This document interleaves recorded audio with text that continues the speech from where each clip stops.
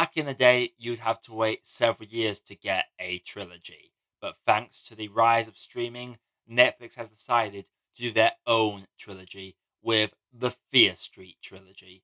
Let's find out if it worked out. The Fear Street trilogy effectively follows the urban legend of Sarah Fear across multiple generations, as with each generation, her curse upon the land of Shadyside has caused an individual to go crazy, murder a bunch of people, then get killed themselves. But all is not as it seems as we go through this trilogy of movies. The Fear Street trilogy is effectively a homage to old slasher movies, with 1994 paying homage to films like Scream, 1978 playing homage to your Friday the 13th, and 1666 playing towards your more old timey horrors where it's about pilgrims and stuff. It's a nice balance of three movies, and there is a thread that follows all the way through, showing the different generations, but how the tragedy is always following these characters. And a lot of the actors in this play different roles across the trilogy. The biggest name in this is obviously Sadie Sink, who many people know as Max from the Stranger Things trilogy. She is mainly prevalent in the 1978 one, but she is featured in the other two as well. My personal ranking for this trilogy goes 1978, 1994, then 1666, purely because I feel like the third one has an inconsistency to it, how it goes from its old timey setting for the first half, then has to wrap up the trilogy in the final half, so it ends up being sort of two movies within. While these are all separate movies, it very much feels like we're watching a short mini series as opposed to three movies, because each one features a previously on and a next time on, and it does work for the most part. I think most of the acting is solid, and they do a very good job with the characters. The first one does have characters that you'll either love or hate. To me, they reminded me of teenagers, and they did strike me as actual people. So when some inevitably do die, I actually do feel it. At one point, I thought maybe no one is going to die, but eventually bodies do start to fall, and each one did hit because the film gives us a long time with these characters before they are axed off, unlike in some, say, Scream movies where there's always someone cut off about halfway through the movie. This one waits until the latter part to start giving us a body count. 1978, I'll be honest, I was not looking forward to watching that one because the way that one is set out is we know how it ends, we know who makes it to the end from the get go. But I do love that not only do they have a little twist with the final girl stipulation that you see in most of these slasher movies, but they actually go out of our way to make us care about each character in this. There's a couple of characters early on that you just see as disposable stoners that like to have sex. But no, they actually take time to build these characters and give them a little bit of character. So when they do fall, they actually do show the emotional impact that it leaves on the surviving members that see a friend of theirs die. A lot of those old movies don't really get to see much of that. But with 1978, I love how they went above and beyond to try and make us care about these characters that we know are inevitably going to fall thanks to 1994. The third one comes with a lot of questionable Irish accents, and while I did love the creep factor and just the pure absurdity of the mentality of these characters, which is very accurate to the times, back then people were being accused of being witches constantly, everything was being blamed on God's anger. The lead character in this Zoe, she is hung up over someone called Sam that I'll be honest, I assumed it was a bloke, like I think many of us did, and I do love how they tripped us up on the fact that Sam is actually Samantha, and their relationship is what carries this trilogy and what leads us to find out the truth.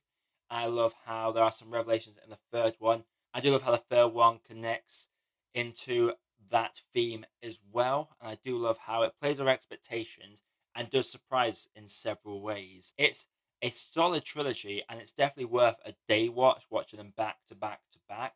It's basically a binge watch of just movies, the acting across the board is for the most part really solid, apart from some questionable Irish accents in that third one. There are some really interesting characters. I think a standout for me had to be Gillian Jacobs, who I grew up watching as Britta in Community, but she does a solid job in this, especially when she has to deliver some really emotional moments towards the end. Kiana Madeira is the lead across this trilogy, and she does a solid job. While she is very angsty in the beginning, I love how her character develops across this trilogy and definitely changes as a person and does mature.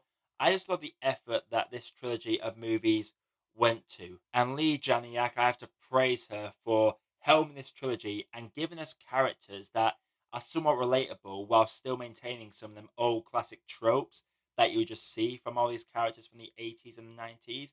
They give us a bit more flavor to them that makes them more likable and makes any death that is done in these movies felt. It gives us that time with the characters so we feel whenever they die. And the survivor members don't just move on, it always affects these characters. And I do love the urban legends. I do wish we could have got some more of these killers, because how it's played out is each psychopath over each generation can get summoned by the witch Sarah. And there are some interesting ones. There's one that's like a 10-year-old boy with a baseball bat that you see, and it's the most creepy thing ever. But you never really get to see how that plays out. I guess they couldn't really show a child turning into a murderer in a basically a wider TV show that's become three movies. But I would love to see more of that. I would say there are some things that could have been improved on. Like I said, the Irish accents in the third one aren't very good.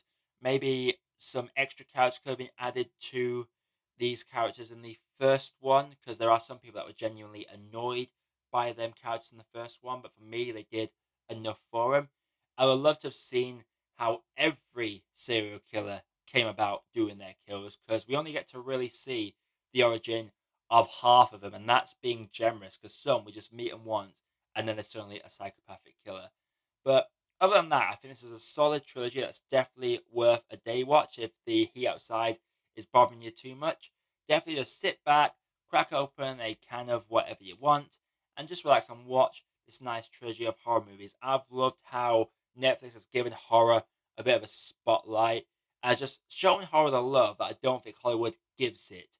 And with all the super horror movies that have come out this year, this is definitely one of the better offerings from the genre. Before I get into my grade, if you like what I do on this channel, consider clicking that like button and subscribing for more content like this coming all the time. And make sure you let me know, what is your favourite classic slasher villain in horror movies? Do let me know. But for me, the Fear Street trilogy, I'll grade each of them quickly, separately, and then I'll do an overall grade of these. Fear Street 1994 is a solid outing that gives us enough about these characters so we care about how they die. I do love the homages, I do love the tropes, but it was lacking that little bit something that could push it over the edge. So for me, Fear Street 1994 is a tea that needs a bit more sugar. Fear Street 1978, I honestly didn't expect much from it, and knowing what the outcome was going to be, I did love the performances in it. I do love how they went above and beyond to try and make us like every single character that was getting killed off. In fact, the ones you expect to die make it, and the ones that genuinely just don't do anything wrong by the rules of horror, they get killed off brutally, and it's heartbreaking to see, and you really feel the effects that it leaves on the survivors come the end of it. I would say that Fear Street 1978 is definitely the best of that trilogy and comes in for me as a good cup of tea. And as for Fear Street 1666, it has a jarring balance. The first half is creepy but has a lot of questionable Irish accents, and the last half is focused on wrapping up this trilogy. And a few revelations of that third one do get rushed, and there's no real adjustment period for certain characters. It didn't really land it for me as well as I think it has for many others. And I'm going to have to say that for me, Fear Street 1666 has too much milk. But overall, for me, as an entire trilogy, I would balancing out this grading system. I'm gonna have to say that the Fear Street trilogy for me is a tea that needs more sugar. So the Fear Street trilogy, have you seen it? Let me know which one was your favourite down in the comments below. There is no wrong order. Let's just appreciate that horror has gotten some damn good love this year, especially from Netflix. It's a good watch. Definitely recommend you check it out. And yeah, if you like what you see on this channel, click that like button, subscribe to the channel. But yeah, until next time, my name is Josh. I have been your Movie Apprentice, and I'll see you in the next video.